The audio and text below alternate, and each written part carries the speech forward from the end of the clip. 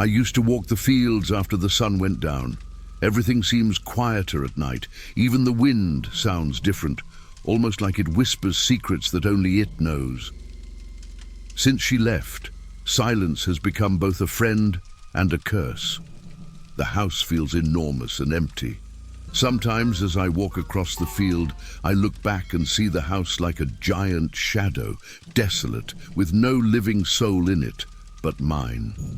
I remember when we were young, how life thrived within those walls. The sound of laughter, her soft footsteps echoing through the rooms. Now, all that remains is the echo of those memories, the emptiness of days filled with work and nights heavy with thoughts. Since her departure, it's just me and the fields to tend to. Each night, the house grows dark and cold, almost as if it's resentful, as if it has taken on the form of my own loneliness. And there's a part of me that seems to be dying slowly along with this house. The pain of her absence never goes away. It always returns, especially on the colder nights when the wind blows harder and the silence becomes almost deafening. I feel lost, but I keep walking. It's all I know how to do. Her memories walk with me at every step, and I let the cold and emptiness fill what's left of me. Tonight felt no different from the others. The sky was overcast, the wind whistled through the trees, and I was preparing for yet another of my solitary walks. Step by step the path was the same, but the feeling, this time, something was different. As I moved away from the house, a strange unease began to form, a heavy, uncomfortable sensation. A voice whispered deep down, as if something was watching me, waiting for me. I looked back, and then I saw it. Upstairs, right in the window of the room I used to share with her, something moved. It was quick, almost imperceptible, but I swear I saw it. My eyes fixed on that window as if expecting once more the same movement. The same shadow. Maybe it was the wind, I thought, trying to calm the heart that was now racing. But doubt lingered, pulsating, creating a suffocating anxiety. Slowly, I began to walk back toward the house. Each step seemed to echo louder in my mind, every sound around me amplifying. I felt cold sweat on my palms as I grasped the doorknob, pushing it slowly. As I stepped into the dark hallway, I had the impression that the atmosphere was denser, almost as if the air had grown heavier. I looked at the stairs leading to the bedroom, the same bedroom where she used to stay, where we would spend hours talking before sleep. I hesitated. Climbing those stairs meant confronting that emptiness that was now so familiar, yet terrified me like never before. I took a deep breath and started to ascend, feeling my heart pound so loudly it seemed to resonate through the walls. Each step felt harder than the last, as if something invisible was trying to stop me from going further. When I finally reached the top, I felt the cold air coming from the room. The door was ajar, swaying slightly. With a trembling hand, I pushed the door open and entered. And there, in the dark, with the window still open, I saw that movement again, like a shadow dissipating into the gloom. It was impossible, but a part of me, a part that wanted to believe in anything to soothe the loneliness, almost wished it were real. Nights passed, but the unease I felt that first appearance only intensified. Every time I went out for my nightly walk, I felt the weight of unseen eyes following my every move, as if something in the darkness of the house had awakened. At first I tried to push those thoughts away, convincing myself that it was my mind playing tricks, but over time, I began to feel that something was truly there, with me. And then the signs began. Small lights flickering on upstairs when I was far away, as if someone was moving from room to room. At first, I thought they were moon reflections, maybe even faulty switches. But how could I explain the noises? Shuffling footsteps across the wooden floor, the slow creaking of doors, the sound of something moving inside the cupboards. And every time I went upstairs to investigate, everything was just as I had left it. My dog, a loyal companion for years, also began to notice. He, who had never hesitated to follow me through the shadows of the hallway, now refused to approach the stairs. He would stand at the base of the steps, fur bristled and eyes fixed on the darkness upstairs, emitting a low growl, as if sensing a presence that I was still struggling to accept. It was terrifying. To see that animal, always so brave, retreat to my side felt like a silent omen of what I feared most. As the nights went by, my fear transformed into a nagging paranoia. I started to question my own sanity. Was loneliness finally corroding my mind? Were the years of emptiness materializing into hallucinations, shadows only I could see? On several nights, I found myself sitting at the kitchen table, hands trembling around a cup of coffee, eyes fixed on the darkness creeping from the hallway, waiting for some sign that I was in fact losing my mind. But something inside me said it wasn't just loneliness. It wasn't just emptiness. It was something else. A presence that seemed to emerge from the darkness, inhabiting that space that once belonged to her. Something told me I wasn't alone. And that thought, instead of comforting me, only made the night more unbearable. Now every step inside that house felt like a challenge, a struggle against something I couldn't see, but felt deeply. The fear of discovering what inhabited those shadows was only surpassed by the anguish that maybe I would never find an answer. That night the cold felt sharper than usual. The wind howled with a dark fury, making the windows rattle as if they were trying to resist something outside. Or perhaps something that was inside. My heart felt restless, and the silence of the house was so thick it suffocated me. I tried to focus on anything else, but deep down I felt that something was about to happen. When the first sound echoed, I felt a shiver run up my spine. Footsteps. Slowly, they dragged along the upstairs hallway, each step echoing like a hammer in my head. I stood up, nearly breathless, trying to summon the courage to face whatever it was. I grabbed an old flashlight and began to climb the stairs, each step pulling me into a reality I didn't want to confront. Reaching the top, I saw a soft light coming from the bedroom. The door was slightly ajar again, and this time it felt as if something was waiting for me inside. I advanced with hesitant steps, the flashlight trembling in my hands. When I reached the door, I pushed it open slowly, and there, on the bed that once was ours, I found her clothes carefully laid out, as if she had just gotten up, as if she still lived there with me. My heart ached with pain and longing, but before I could process what was happening, I heard a faint movement behind me. I turned quickly, and in the doorway stood she, or at least a figure resembling her, a slender feminine silhouette, shrouded in shadows, with eyes locked on me. She didn't move, made no sound, just watched me as if waiting for something, as if she had returned from some distant place to fill the void she had left. My body froze. Fear took hold of me, but at the same time a part of me desperately wanted to believe this was real, that somehow she had come back to me. In a rush, I moved toward her, arms reaching out, but the moment I touched her, she vanished. Only emptiness remained, the air cold, and the distant sound of the wind outside. I stood there, alone in the dark room, heart shattered, with an overwhelming feeling that I would never escape that void.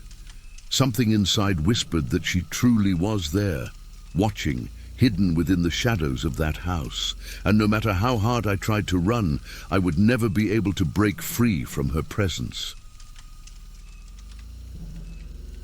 The end of a shift was always a relief.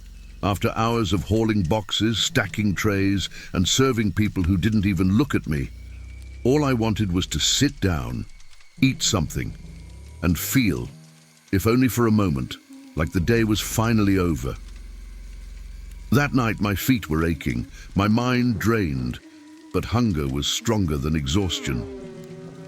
As soon as I finished work, I stopped at the first McDonald's I could find. I needed a moment just for myself, somewhere no one expected anything from me. I parked in a quiet corner of the lot, away from the main lights, enjoying the calmness of that spot. That's when I noticed the car, an old sedan with a dull paint job and dark windows. It was just sitting there, partially hidden in the shadows. At first, I didn't think much of it, assuming it was just another customer. But as I walked toward the entrance, I felt the strange sensation of being watched. I grabbed my food and headed back to my car, trying to ignore the discomfort. As I walked past the sedan, I glanced over quickly. The windows were so dark, it was impossible to see anything inside. Probably someone waiting for someone, I thought, trying to shake off the uneasiness. I got into my car, locked the doors, and felt a sense of relief as I started the engine and drove away. I headed to a nearby lookout point, a high spot in the city where I liked to eat in peace, with a view that somehow calmed me. When I arrived, I turned off the car and leaned back in my seat, ready to finally relax. But when I looked in the rearview mirror, my stomach dropped. The sedan was there, parked a few meters behind me. It had followed me. I swallowed hard, trying to think logically. Maybe it was just a coincidence. Maybe it was someone else who liked to eat up here at the lookout point. I looked around, watching to see if the driver would get out of the car, if they'd do anything that might help me make sense of this situation. But nothing. The car remained there, silent, unmoving, its dark windows reflecting only the surrounding darkness. The feeling of being watched was almost unbearable. For some reason, I couldn't take another bite of my food. The hunger that had seemed impossible to ignore now gave way to a growing anxiety, a fear I couldn't quite explain. What did this person want? Why were they following me? The silence around me seemed to amplify every thought, every rapid beat of my heart. Sitting there, unsure if I should stay or leave, I realized that, in a way, I was trapped, both at the lookout and in this unsettling situation that only seemed to escalate. I decided to stay put, trying to keep calm, but the presence of that car behind me was nearly unbearable. I glanced at the rearview mirror every so often, waiting, hoping to see some movement, anything that would help me understand this stranger's intentions. But the car remained there, inert, headlights off, like a silent, ominous shadow. The night seemed to stretch on, the silence of the lookout now heavy, almost oppressive. Something inside me screamed to leave, but another part, maybe the more rational one, told me I was overreacting, that it was just a car, maybe someone waiting for someone, or even a prank. Yet I couldn't ignore the feeling that I was being watched, scrutinized, as if every move I made was being carefully observed by eyes hidden behind those dark windows. After a few minutes that felt like hours, I forced myself to focus on something else. I turned on the radio, hoping to distract myself with the music, but the rapid beating of my heart drowned out every melody. I closed my eyes for a moment, taking a deep breath, trying to stave off the rising panic. When I opened them again, a chill ran down my spine. The car was now closer, as if it had slowly crept forward without me noticing. My mind raced in circles, searching for a logical explanation, but fear had already taken hold. I started my car, ready to leave, doing my best not to look directly at the sedan. I backed out, carefully maneuvering around the lookout to get back on the road. When I finally drove away and looked in the rearview mirror, I saw the sedan doing the same. It was following me again. There was no doubt now, this wasn't a coincidence. I was being followed. I sped up a bit, hoping to shake the car off, but it kept the same distance, mirroring every curve, every turn. I tried to stay calm, focusing on the road, planning each move to try to lose it. I thought about calling the police, but the idea felt ridiculous. How would I explain the situation? A car followed me to a lookout, and now it's tailing me down the road. Who would believe that there was anything truly dangerous about that? My heart pounded erratically. My breathing quickened. The paranoia was now uncontrollable. I felt as if stopping or making any wrong move would lead to something terrible. Like prey trying to escape an unseen predator, I found myself trapped in this silent chase, unsure of how far it would go. And then, at the height of the tension, a crushing realization set in. Whoever was in that car wasn't there by accident. There was a purpose, an obscure motive, something beyond my understanding that seemed to get closer with each passing mile.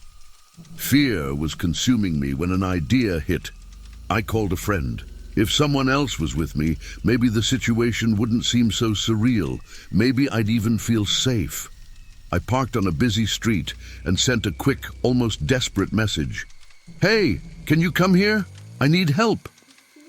Hesitantly, he replied that he was on his way. I hoped his presence would ease the panic and bring a bit of normalcy back to this disturbing night. While I waited, I kept my gaze fixed on the mysterious car. It stopped at a distance that seemed carefully calculated, almost as if it were disguising the chase, but there was no doubt the driver was waiting too, maybe watching my every move. The silence inside my car was deafening, each second passing with torturous slowness. I knew something was wrong, but I didn't know how to react. The logic and fear waged a relentless battle in my mind. Finally, my friend arrived. As soon as he got in, I explained the situation, my eyes never leaving the sedan that watched us from a distance. He chuckled, trying to lighten the mood. "It's just an old car, man. Relax, you're too stressed out." But his smile faded when he looked in the direction I pointed and saw the sedan, closer than ever, its headlights on, like two unblinking eyes fixed on us. We decided to get out and confront the driver. If it was just a prank or a misunderstanding, it would end here. We got out of the car and walked toward the sedan, both of us hesitant, our hands cold and clammy. When we got close enough, I realized for the first time the driver wasn't trying to keep a distance. The car door opened slowly, and two men stepped out. Their eyes were empty, their faces expressionless, as if they were there just to watch us. The shorter one gave a slight, chilling smile, as if he knew something we didn't. Then one of them spoke, his voice low and threatening, almost a whisper. "You think you can escape?" The impact of his words hit me like a wave. It was as if they knew more about me than I knew about myself, as if this chase was something they had anticipated, something planned. My friend, who had been so sure of himself earlier, now looked as terrified as I felt.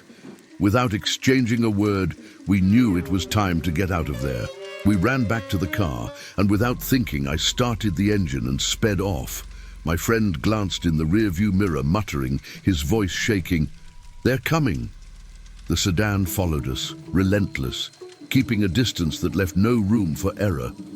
I drove through the streets aimlessly, trying to lose that ominous presence, but it didn't matter which direction we took. Every turn, every corner, the sedan was right behind us, like a shadow that couldn't be erased. Now, the certainty was overwhelming. I was being hunted, and there was no escaping this threat. I pushed the car as fast as it would go, the engine roaring as I tried to maneuver through the city's empty streets.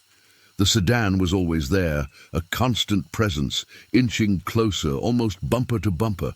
Panic consumed me, and my friend beside me could barely hide the terror in his wide eyes, his hands gripping the seat as if holding on to life itself. Every street felt like a dead end. The city was becoming an endless maze, and the sedan, a silent predator, never hesitated.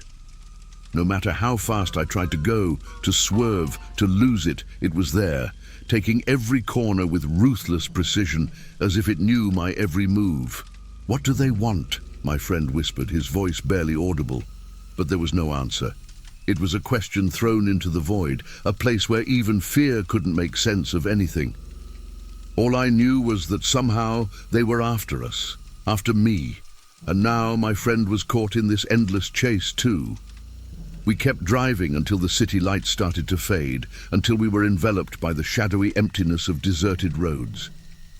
I knew it was risky, that we were heading into an isolated area, but my mind was gripped by the instinct to flee, by the desperate hope that maybe, in the darkness of these roads, I could finally lose the car. But it stayed with us, unwavering, like a shadow that wouldn't let go. Then suddenly the sedan sped up, surging forward. It closed in as if it were going to swallow us, drawing closer and closer until I felt the impact. A hard jolt to the rear bumper that made the car shake and blurred my vision for an instant. My mind wavered between desperation and determination. If I stop, it's over, I thought, feeling a surge of adrenaline course through me. I gripped the wheel as tightly as I could, my hands tense, and made the only move left. I jerked the wheel, veering off the road onto a dirt path, the car sliding as dust swirled up around us. The sedan hesitated for a second, but then resumed the chase, still following us like a relentless shadow, as if it were an extension of our own fear. And then, out of nowhere, it stopped. The headlights shut off, leaving us in suffocating silence. We looked back, the car now motionless in the distance, swallowed by darkness. There was no one left inside, or at least that's how it seemed. The stillness in the air was absolute, and a strange calm settled over the place. We got out of the car for a moment, exhausted but still fearful. The sedan stood there like a mirage, a strange and sinister memory of a night we would never forget. We drove home in silence, trying to process what had happened. But one thing was certain: we were not alone. The haunting presence of that car lingered, and the feeling that somehow they were still watching us never left. I could never quite figure out what drove us to go into that church. Maybe it was boredom, the adrenaline, or just that morbid curiosity that seems to surface on certain nights. There were 5 of us, and we all shared the same restless look as we approached the dark, imposing building, forgotten on the outskirts of the city. The windows were like empty eyes staring into nothing, and the walls, covered in graffiti and moss, told stories of neglect. "It'll be just a quick adventure," someone said, trying to laugh, but it came out muffled, almost like a whisper. In the ruins of that place, any noise felt like an insult, a challenge to the heavy silence that wrapped the church like a cloak. We climbed in through the broken window, one by one, and landed in a vast, cold space. The air smelled of mildew and dust, with a hint of something metallic, almost rusty. In the center, the altar still stood, though deteriorated, covered with a thin layer of dirt that made it look like it had been waiting there for centuries, untouched. I could see the mix of excitement and fear on my friends' faces. Curiosity kept us together, but there was something else in that place, something no one said out loud, but that we all felt. It was an invisible weight, as if the air was thicker, loaded with memories of a dark, forgotten time. One of us suggested going down to the basement, a suggestion that seemed more absurd the later the night grew. But between nervous laughs and challenging glances, we agreed. We walked toward the door that led to the basement, a narrow, dark hallway where the light from our phones barely made a dent in the darkness. Step by step, the silence was nearly unbearable, only broken by the sound of our own footsteps and held breath. As we descended, a nagging thought echoed in my mind. Why were we doing this? With every step, the feeling that something was watching us grew stronger, and deep down, we all knew this wasn't just another innocent exploration. Something in that church seemed to be lurking, hidden in the shadows, waiting for us. When we reached the basement, we were met with a dense, absolute darkness. The light from our phones flickered in our hands, casting distorted shadows on the cracked, damp walls. The air was colder down there, a chill that seemed to come from within, as if the place itself had life. A dark, hungry life. We tried to act normal, exchanging nervous jokes, but each of us felt the tension. That's when, amidst a stifled laugh, we heard the sound. A door slamming shut on its own, a sharp bang that echoed through the basement, cutting through the silence like a blade. We all froze, eyes wide, breath held. There was no wind down there, nothing that could explain the noise. It must have been an animal, someone murmured, trying to ease the tension, but the voice came out weak, lacking conviction. No one moved. The sound of a door slamming by itself in an abandoned place was the kind of thing that, no matter how much we tried to rationalize it, left a mark on our subconscious. A warning.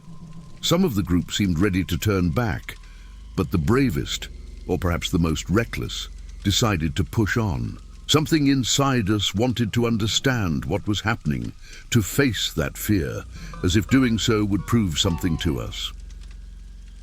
We began to move slowly down the corridor, each step echoing in a sinister symphony with the muffled sounds of breathing and nervous murmurs. Then we heard the second sound, this time something closer, an almost imperceptible whisper, like a distant voice trying to form words.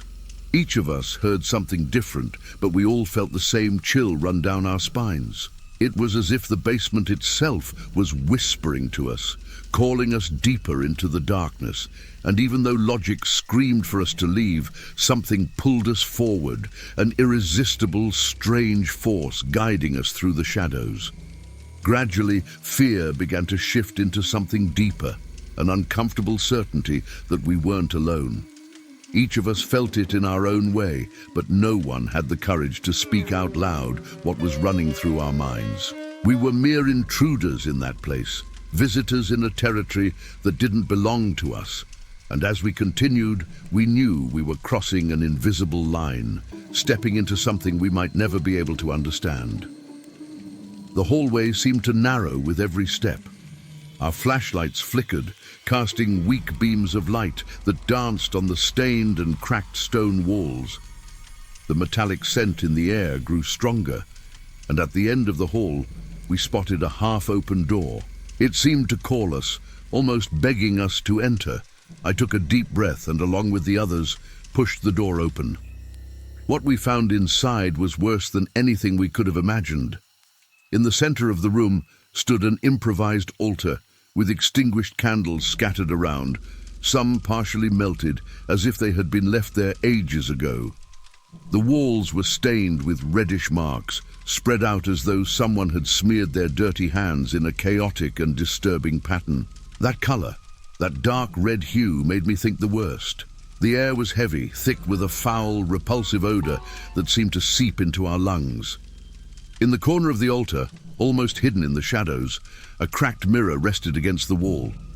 The ancient frame was covered in dark, grimy dirt, and the cracks in the glass formed strange patterns, almost like a web, that seemed to capture any light that touched it. I stepped closer, trying to get a better look, but the reflection appeared distorted, as if the surface reflected something more than just us.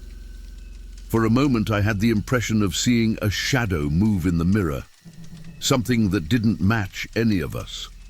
I blinked, but the reflection remained, now still, staring back at me, as though the glass itself hid some dark secret. Someone whispered, "This isn't right. We should leave." But at that moment, fear had already rooted us to the ground, a kind of horrified fascination keeping us trapped in that space. That's when one of my friends screamed. He was near the window, the same one we had entered through, and swore he had seen something outside. "I saw someone out there, watching us," he said, his voice trembling. We looked at the window, and the reflection in the glass seemed to darken, revealing a shadowy figure that disappeared the instant we all focused our attention there. Panic set in, and the tension that had once been just a silent pressure now turned into desperation.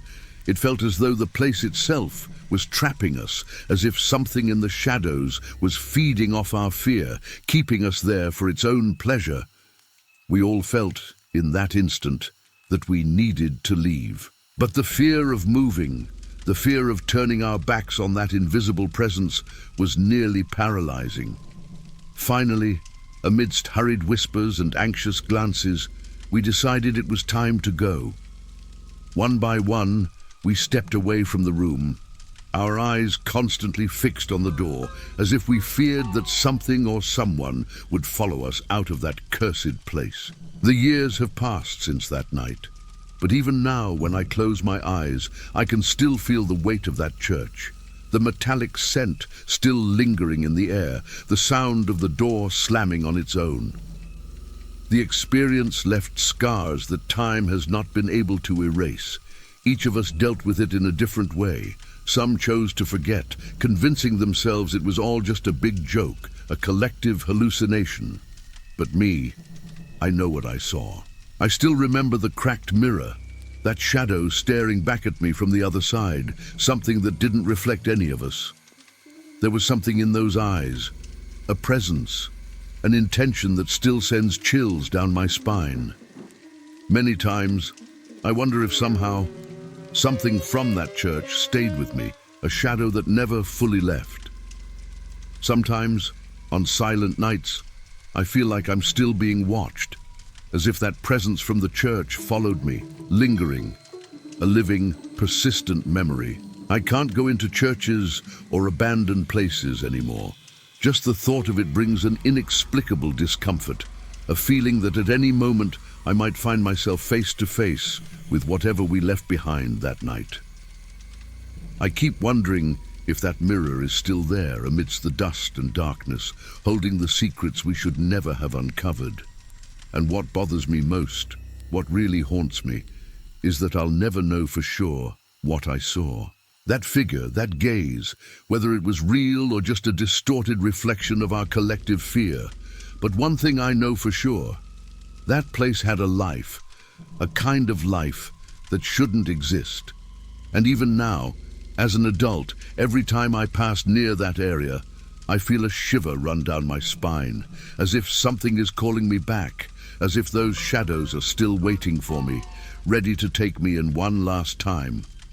And so, the memory of that night remains as an unsolved mystery, an open wound in time. And maybe that's for the best.